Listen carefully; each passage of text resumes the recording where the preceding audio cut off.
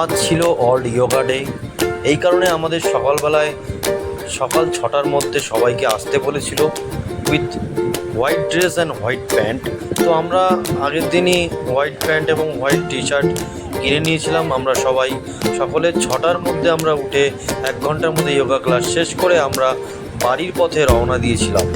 আজকে ছিল third Saturday, এই কারণে আসানসোলে বন্ধ ছিল আজকে ট্রেনিং সেন্টার।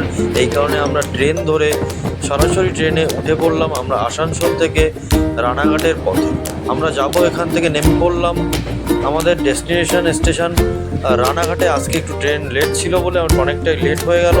তারপর রানাঘাট লবিতে একটা বন্ধুর সঙ্গে দেখা হয়েছিল, লাইন ট্রেনিং করছিল, ও স্কুটি নিয়ে এসেছিল। ওর স্কুটিতে করে আমি আর ও বাড়ির দিকে রওনা দিলাম, কারণ আমাদের দুজনের বাড়ি একই দিকে।